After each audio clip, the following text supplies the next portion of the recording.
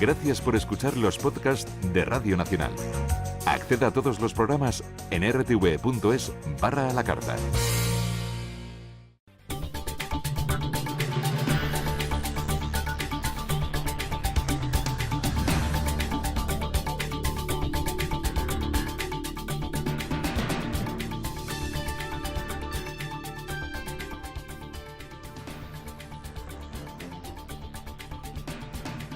Uno de los momentos que seguro que muchos de ustedes recuerdan con más cariño del comienzo del curso es aquel en el que la mesa del salón se llenaba de libros y plástico transparente para forrarlos y evitar que se estropeasen durante el curso. Todo empezaba bien, pero qué difícil era terminar con las arrugas y esas pompitas en el forro de algunos libros rebeldes. El objetivo de esta laboriosa tarea era conservar los textos en el mejor estado posible, ya que al año siguiente hermanos o vecinos tendrían que reutilizarlos. Durante los años de bonanza, lo de heredar libros o ropa pasó en muchos casos a un segundo plano, pero con la llegada de la crisis, estas medidas para ahorrar han vuelto a ponerse de moda.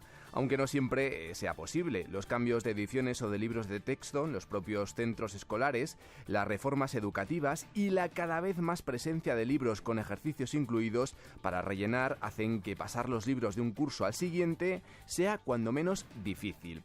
Esta es una de las principales problemáticas que se plantean al principio de curso, pero hay más debates abiertos. Sobre ellos queremos charlar hoy con nuestros invitados a este En Voz Alta. Esta noche nos acompaña aquí en el Canto del Grillo, en el estudio 101 de la Casa de la Radio, José Luis Pazos, que es el presidente de la CEAPA. ¿Qué tal, José Luis? Buenas noches. Buenas noches.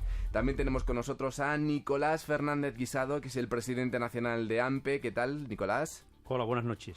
Y a José Moyano, que es el presidente de la Asociación Nacional de Editores de Libros y Material de Enseñanza, ANELE. ¿Qué tal, José? Buenas noches. Muy buenas noches. Bienvenidos a todos a esta edición de En Voz Alta, aquí en el Canto del Grillo. Enseguida charlamos con todos ustedes, pero antes, Iciar Jiménez Berrón, a quien tenemos por aquí. ¿Qué tal, Iciar? Buenas noches. Hola, buenas noches, Chema. Pues deseando escuchar a nuestros invitados. Pues decía yo que vamos a escuchar primero ese informe que nos tienes preparado, Iciar, cuando quieras.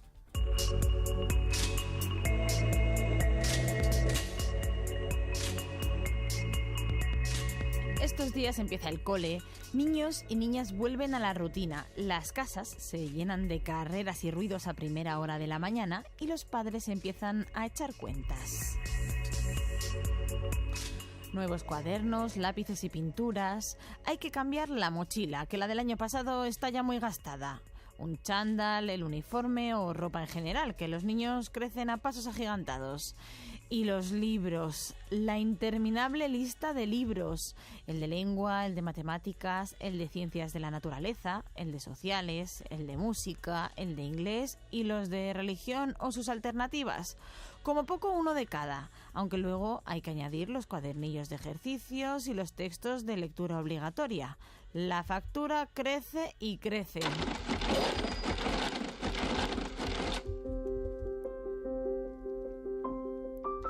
El punto 4 del artículo 27 de la Constitución española dice que la educación básica es obligatoria y gratuita.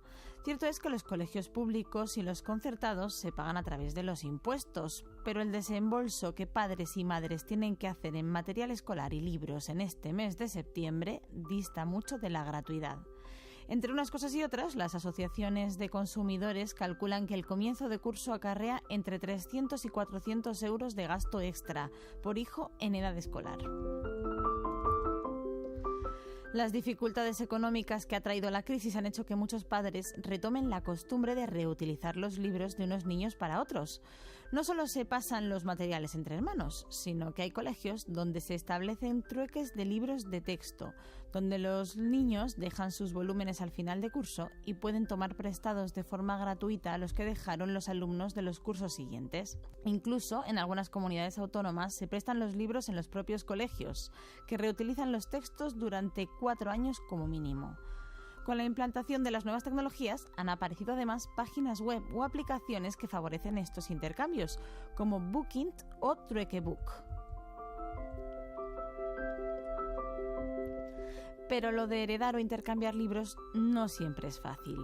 Según explican desde organizaciones de consumidores y asociaciones de padres y madres, con frecuencia las editoriales modifican mínimamente los textos para publicar nuevas ediciones, con lo que la reutilización de libros es más complicada. Los colegios están obligados a mantener los mismos libros durante 4 años, precisamente para favorecer que puedan ser usados por más de un alumno. Pero esto cambia si se producen reformas en la ley educativa, y en eso en España somos expertos. Desde la llegada de la democracia han sido ni más ni menos que 7 los cambios en la legislación sobre educación, con las consiguientes modificaciones de programas y de libros, y por supuesto con un incremento en el gasto de las familias. A modo de ejemplo, el año pasado se implantó la LOMCE en 6 cursos, en segundo, cuarto y sexto de primaria, en primero y tercero de la ESO y en primero de bachillerato. Esto supuso que el gasto en libros aumentara algo más de un 11%. Este curso, la reforma educativa, llega a 3 cursos nuevos, segundo y cuarto de ESO y segundo de bachillerato.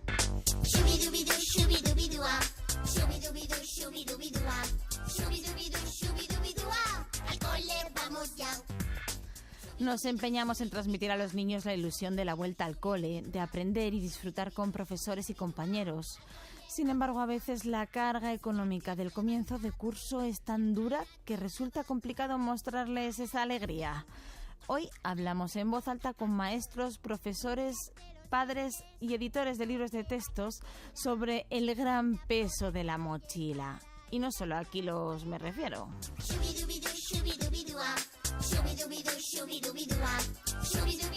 Son muchas las perspectivas, por tanto, para tratar sobre este asunto, y por eso hoy hemos invitado al estudio a representantes de padres y madres, de profesores y del sector editorial. Y antes les recuerdo el número de teléfono gratuito que pueden marcar si tienen alguna duda o si quieren compartir con los oyentes alguna experiencia sobre este asunto. Ya saben que es el 900-137-137, se lo repito, 900-137-137, y al final de la tertulia vamos a dar paso a sus llamadas, pero ahora ya vamos a meternos en harina directamente. José Luis Pazos, como portavoz de CEAPA, comentábamos que el gasto medio por cada hijo a comienzo de curso está entre 300 y 400 euros. Yo no sé si está de acuerdo con esta cifra. Sí, por término medio sí, está claro. Hombre, depende mucho de la etapa, claro. En los cursos más iniciales, educación infantil, que parece mentira que tengamos que estar haciendo gasto ya en esas edades, estamos en una cantidad un poco más baja, ¿no? Uh-huh. Va creciendo a medida que vamos subiendo de enseñanza. Y de esta cantidad, de estas cantidades, ¿qué porcentaje se dedica a los libros de texto? ¿La mayor parte? Bueno, la mayoría. Entre los libros de texto y el material fungible, por decirlo de alguna forma, pues está el grueso del pelotón. Es verdad que también está el tema de la mochila. Luego hay familias a las que se les, de alguna manera, se les lleva a gastar en uniformes. No es una práctica que nosotros recomendemos, ni mucho menos, porque es todo un debate sobre cómo se genera la personalidad de los niños y de las niñas, y a través de la ropa también hay que hacerlo, pero bueno, es un gasto que hay familias que también tienen que abordar. ¿Y existen ayudas para adquirir libros destinadas a las familias más desfavorecidas, o algún sistema de préstamo o algo similar? Bueno, depende de la comunidad autónoma. En este momento tenemos comunidades autónomas que mantienen la gratuidad de los libros de texto y otras que no dan ningún tipo de ayuda a la inmensa mayoría. Es verdad que quedan en algunos casos algunas ayudas residuales que se dan a los centros educativos pensando en estas familias que no pueden aportar los libros, pero las cantidades son tan bajas y las necesidades son tan altas que muchas familias lo tienen muy difícil. Aproximadamente 1 de cada 3 tiene dificultades económicas para afrontar el inicio de curso, y hay un porcentaje muy alto que, si no les das los materiales, es imposible materialmente que sus hijos los puedan llegar a tener. José Moyano, recordemos que es el presidente de ANELE, Asociación Nacional de Editores de Libros y Material de Enseñanza. Yo quería preguntarle, José, ¿cómo se fija el precio de los libros? Bien, yo creo que la primera cuestión que hay que decir, y que no quería olvidarme de ello por la presentación del informe, es que yo no estoy de acuerdo con muchas cuestiones como se han abordado, y porque me parece que son inexactas. Primero, es muy difícil en este país hablar de forma generalizada, ya que tenemos una realidad de 17 comunidades donde la gratuidad del libro de texto, por ejemplo, en 3 de ellas es absoluta, y estamos hablando del 30% de la población. Andalucía, que es el 20%, no gasta nadie ni un duro en libros en la enseñanza obligatoria, desde el año 2006. Pero, sin embargo, hace 2 días, en unos medios de comunicación, trasladaban a la sociedad de que el 60% del gasto era de la vuelta al cole el libro, con lo cual tuvimos que llamarle para decirle, oiga, entérese usted bien de cómo funcionan las cosas. Y estoy hablando de una radio de Málaga. Pero ¿cómo funciona y se hace el precio, que es la pregunta que me realizas? Fundamentalmente con todas las empresas, y estamos hablando de una diversidad en la creación enorme, porque tenemos al menos 30 en ANELE, ¿no? Y es el 95%. Sí. De las empresas educativas. Tenemos una diversidad de empresas enorme, empresas que hacen todo el currículo, otras que se dedican solo a un target de una asignatura, como puede ser la música, o alguna comunidad autónoma donde trabaja la empresa exclusivamente para esa comunidad, como puede ser el País Vasco o Valencia, porque editan en un idioma determinado, etcétera. Pero con un componente de lo que es gastos fijos y variables, de lo que supone la configuración del precio, teniendo en cuenta una cosa, que el precio no lo fija el editor, que también es un dato que por más que lo contemos todos los años, pues parece que no es viene fácil mal recordarlo. No, pero incluso a quien se lo he explicado muchas veces, pues tampoco lo tienen en cuenta. Es decir, el precio es el detallista quien lo fija, que es el librero o el centro comercial, y hay una disparidad en la enseñanza obligatoria enorme entre el precio que puede tener uno y el que puede tener otro, por lo cual las recomendaciones que hace no solamente la CEAPA, sino la OCU, pues me parecen muy considerables a la hora de tenerla en cuenta para que la gente pues compare, busque, etcétera. ¿Cuánto puede variar ese precio? Bueno, yo no he hecho el estudio. Nosotros hacemos un informe que acabamos de sacarlo la semana pasada sobre todos los datos, y hay un dato que es importante. Primero, yo estoy de acuerdo con José Luis, que como padre también, porque se da la circunstancia de que yo soy padre también, además de editor, y además he tenido responsabilidad en asociaciones de padres durante la edad que mis hijos tenían, esa edad de la obligatoria. Pero si tuviéramos unos 400 euros de gasto medio sobre una población de 8 millones, que es la población escolar en este momento, serían 3.200 millones los que tendríamos de facturación, que no se alcanza ni por asomo, ni siquiera todo el mundo editorial español, con la exportación, que somos número 1 en América, ¿no? En Sudamérica. La facturación está en torno a 800 millones, o sea que pensad lo que supone el gasto medio, que no superan los 100 euros, están en torno a los 100 euros, si hacemos datos macro generales y objetivos, sabiendo además que las ayudas varían mucho de un año a otro, desde la ayuda total, como puede pasar en Navarra, como puede pasar en Andalucía, a la falta de ayuda, como pasa en algunas comunidades. Este año Valencia, por ejemplo, está intentando que de los 500.000 alumnos que hay, 370.000, acaban de darnos la información esta mañana, se han adherido al programa de gratuidad, pero que tampoco sabemos cómo va a funcionar, porque se hace con mucha premura. Pero ya adelanto que lo que es la configuración del precio en un régimen de precio libre, el precio de sesión, que es como se llama, y no quiero aburrir a la gente, no es demasiado técnico. Muy técnico, pues se hace con lo que es el presupuesto de lo que son los costes fijos y variables de lo que es un proyecto editorial. El proyecto de lengua, para que lo entienda la gente, o de ciencias sociales, pues se tiene que tener en cuenta la autoría, que está en torno a un 10%. Se tiene en cuenta lo que es el proyecto editorial, todos los editores y coordinadores del proyecto que intervienen, que tiene su gasto fijo, y luego el gasto variable, que depende de la edición que tenga. Si no es lo mismo lanzar 3.000 ejemplares que 100.000. Nicolás Fernández Guisado, que como hemos comentado es presidente nacional de AMPE, Sindicato Independiente. Imagino que la cuestión cambiará en función del centro, pero ¿qué criterios se siguen a la hora de escoger los libros que van a utilizar los chavales? Bueno, vamos a ver. Antes se ha abordado el tema del coste, que es un tema preocupante para todos, y nosotros, como sindicato, nuestra posición ha sido clara. Lo que son los niveles de enseñanza obligatoria, es decir, los cursos de educación deberían ser gratuitos para todos. Y en España no nos gusta lo que está ocurriendo, que aquí se ha comentado, que dependiendo de en qué comunidades estés, tienes una gratuidad total, una gratuidad media, o los tienes que pagar. Es decir, hemos pasado una época de crisis económica, efectivamente, se empieza a recuperar más inversión. El Ministerio ha recuperado este año 100 millones, pero durante estos 2 o 3 cursos no ha dado ni una sola cantidad. Entonces, este problema de la gratuidad, que es el que está en el debate, debería estar soslayado. Eso sería lo ideal. Y así eso se tiende en las enseñanzas, se debe tender en las enseñanzas obligatorias. Dicho lo cual, luego ya la elección de los materiales, como en la última reforma, como las precedentes, corresponde en los libros a los departamentos didácticos.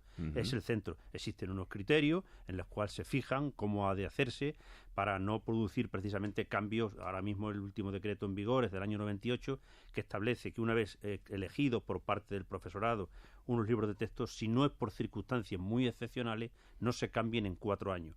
Es más, desde el Consejo Escolar del Estado, en el que está aquí José Luis, que es compañero, que está en la permanente, hemos hecho recomendaciones que incluso fuera algún tiempo más, incluso... Más de 4 años. Se elevara a 5 años, para que esos libros pudieran ser, es decir, ese libro utilizado y no se cambiara. Claro, aquí, lo decía muy bien antes, hiciera en el comienzo de su intervención, en España es que hemos tenido muchas reformas educativas, más de las razonables y de las deseables, y todavía falta alguna más, ¿eh? Y entonces, en esta última reforma, el diseño curricular que hay impone 180 asignaturas que hay que hacer el diseño curricular nuevo, la parte de contenido. Claro, eso tiene una repercusión en todo lo que estamos hablando espectacular, y por eso viene la complejidad. Pero repito, la LOMCE lo único que establece que serán los centros, los departamentos didácticos, los que elijan los libros que hay de las formas que se crea conveniente, o bien el libro de texto propiamente dicho, o bien materiales didácticos, o bien libros electrónicos, en fin, ha evolucionado mucho la educación. El libro de texto era un elemento imprescindible hace 30 años, y ahora para mí sigue siendo necesario, pero ya no imprescindible, es decir, porque hay otro tipo de materiales que lo pueden complementar y suplementar, pero así está actualmente la situación. Estaba yo pensando que sí, efectivamente, como nos comentaba José, hay una facturación de 800 millones de euros y la media está entre 300 y 400 euros. Esto puede significar que haya familias que paguen más que esa cantidad y otras que paguen menos. Bueno, yo no sé si José Luis se refería solo al libro o se refería a la vuelta en su conjunto, porque claro, la mochila, es que de todas maneras, bueno, yo transporte o lo que entiendo que cada uno tiene que defender su parcela y que cada uno hace y juega con las estadísticas como le parece bien, ¿no? No, sí, de acuerdo, pero esto es como si yo te digo que yo me he comido 2 melones y tú ninguno, la estadística dice que tocamos a uno cada uno, ¿no? Claro, ya, pero él lo acaba de decir, los libros, ha dado sus propios datos, están entre 18 y 35 euros, según lo que acaba de comentar. Convengamos que la media de un libro puede estar en 25. Bien, no hay ningún alumno que con 4 libros haya cubierto la mochila, ninguno. Son los 100 euros, las familias sabemos que no es real, porque no hay nadie que con 100 euros pueda comprar todos los libros de texto que tiene que llevar al colegio. No hay nadie con 4 materias en este país. Nadie. Por tanto, esa cifra, que es una media, no es luego la realidad. Es como cuando hablamos del salario medio del país y vamos a ver cuál es el salario que normalmente tiene la mayoría de la ciudadanía, ¿no? Bueno, los padres y madres sabemos el gasto que tenemos todos los años cuando arrancamos el curso. Y sabemos que si nuestros hijos están en educación infantil nos va a costar en torno a unos 125, 150 euros todos los libros de texto. Si vamos a primaria nos va a costar en torno a los 200, 250.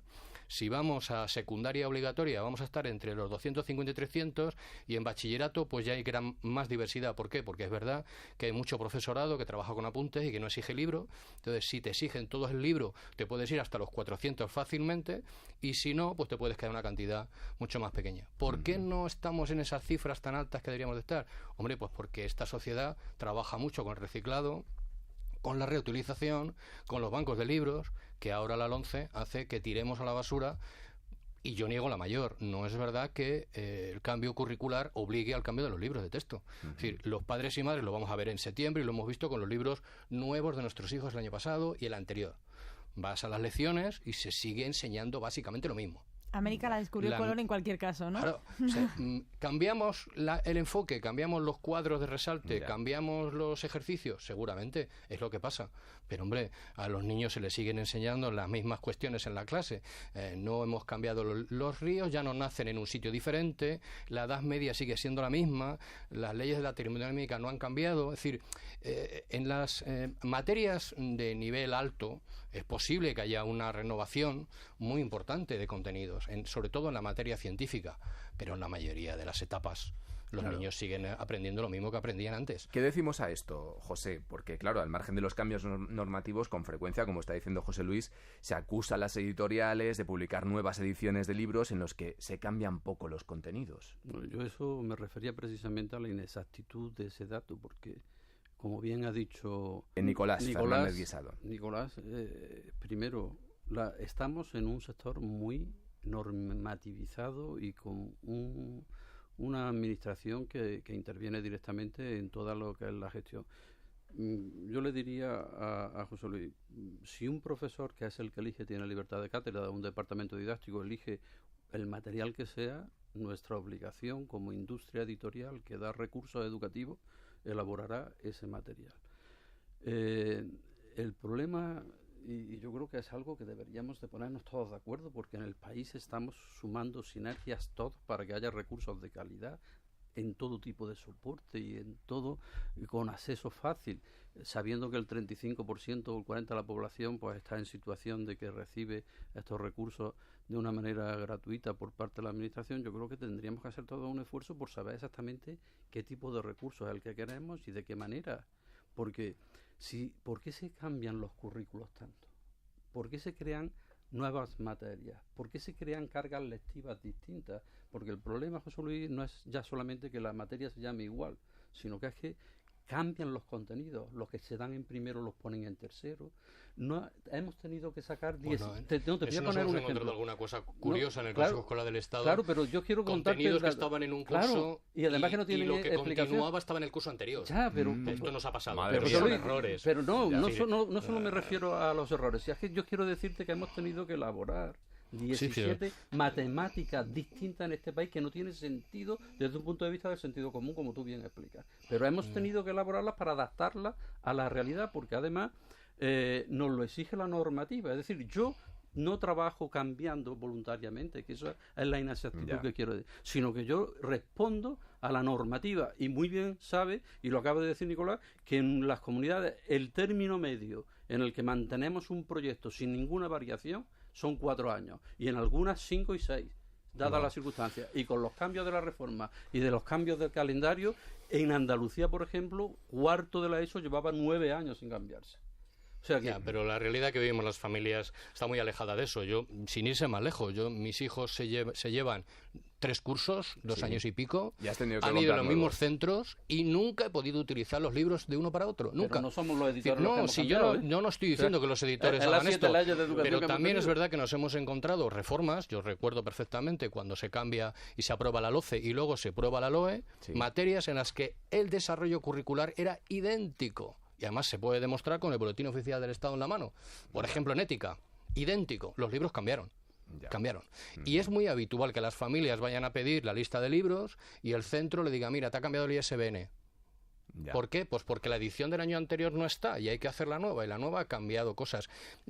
Hay de todo, como en todas partes. Hay de todo, como en todas partes. Nicolás. No, yo creo que es verdad que la nueva reforma educativa, la LONCE, que es una reforma muy parcial, es decir, aquí lo que pasa es que la LONCE se magnifica, la LONCE solamente es 1/3 de la LOE permanece inclume en 2/3.